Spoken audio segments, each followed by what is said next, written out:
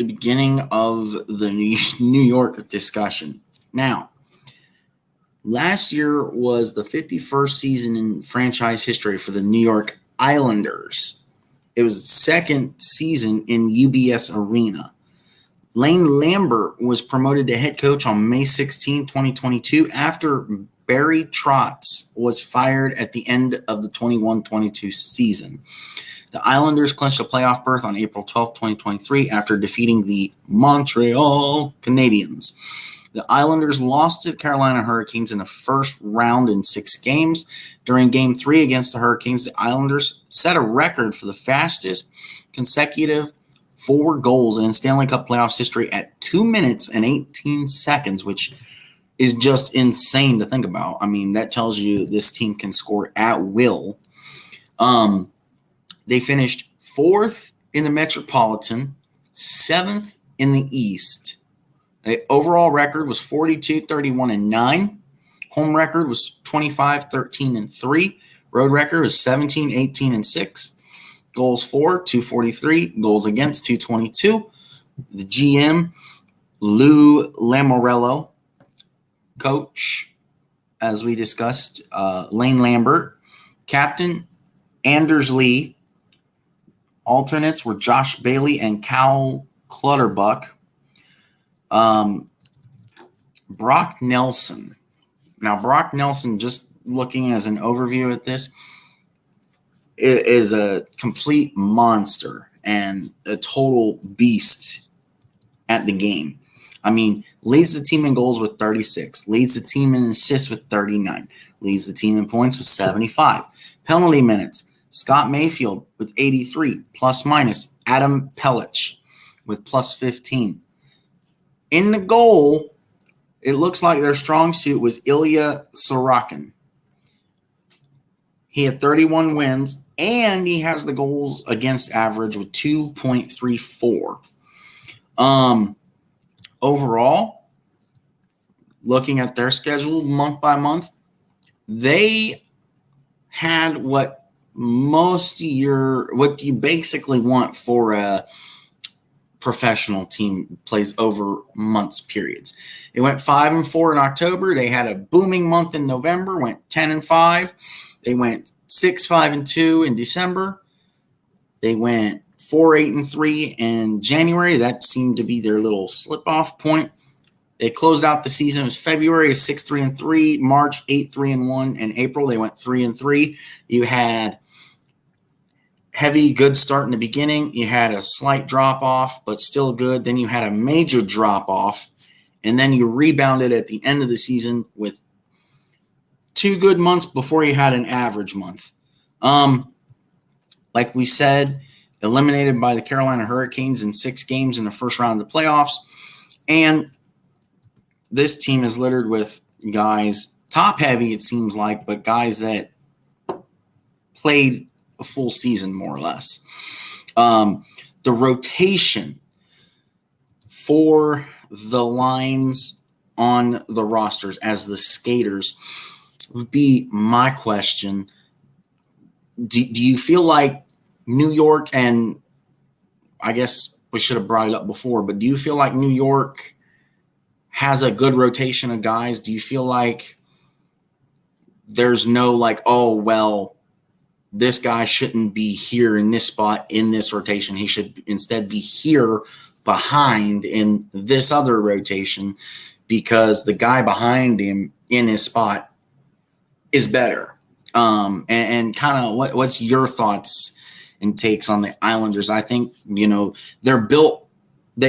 Most of these franchises we're going to find in the East especially seem like they're basically built the way they need to be able to make the playoffs. It's a matter of weeding out which one's better than the others. And, I mean, that's obviously what the playoffs do, to find the best team in the conference. I mean, to me, I feel like I said, the East is just top-heavy, but definitely for the most part outside of the Jackets, you have consistent contenders every year out of the teams we've already talked about. Yeah, we have a lot of contenders over the East, and the Eastern Conference and the NHL is proof of why I want a play-in tournament in the NHL. That's for another day, Ado. But for all to talk about the play-in tournament that I can bring up about the Islanders, in a sense, one can argue that they reached their ceiling 2 years ago, conference finals with this current core. Much of the talk during the season was about Bo Horvat when they acquired him on January 30th and later signed to an 8-year extension a week later. Though 16 points in 30 games after he put up 54 points in 49 games in that same season with the Vancouver Canucks before the trade, not the most ideal drop-off of how to put it. Though Horvat, he's still a premier goal-scoring talent, and the Islanders need that if they were to stay in contention. What didn't help the Islanders was that Matthew Barzal got injured with 2 months left to go in the regular season, and he did not look like he was back in form come playoff time with just 2 points in 6 playoff games after he had 51 points in 58 regular season games. Felt like he was staying with the point per game pace more or less. But injuries, even though they're part of the game, it's just not good, no matter how you feel about it. But nonetheless, they need the Vancouver version of Horvat if they were to bounce back. To go on with Brock Nelson and him having his case for being the best forward on the team outside of guys not named Horvat or Barzal. But Ilya Sorokin, the fact that he was nominated for the Vezina Trophy, and with the stats they put up, 2.34 GAA and a .924 save percentage, it shows that he's a top 3 goaltender in the league. He's up there, and he got rewarded with an 8-year extension this offseason that he will be staying in Long Island until 2032, but $9.5 million cap hit. Though my main concern of the Islanders, I know they scored 4 goals in 2 minutes and 18 seconds in their first ever playoff game at UBS Arena. I know about that. My main concern is the roster that they built around Horvat, Barzal, Nelson, Adam Pellet, Ryan Pulock, Noah Dobson, and Sorokin. That's my main concern because it's aging. The identity line as players age 32 and older. Because don't get me wrong, in their heyday, the identity line was one of the more physical lines in the league, able to body check other players at will. But now it feels like the wear and tear is showing in their bodies. Matt Martin is 34, Casey Zeke is 32, and Cal Quarterbuck is 35. Anders Lee is 33, and Kyle Palmieri is 32. John Gabriel Pageau is 30, and even though Nelson, for as much as we say that he has an argument for being the best forward on a team, he's silently 31. So the age is certainly there. Not to mention that they gave out a 7-year deal to Scott Mayfield, who is also 30. And even though he's a defensive defenseman, he has problems with turnovers. Pierre Engvall, who also got a 7-year deal, has not scored 20 goals in a season.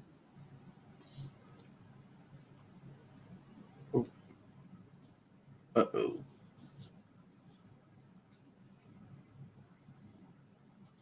Something happened.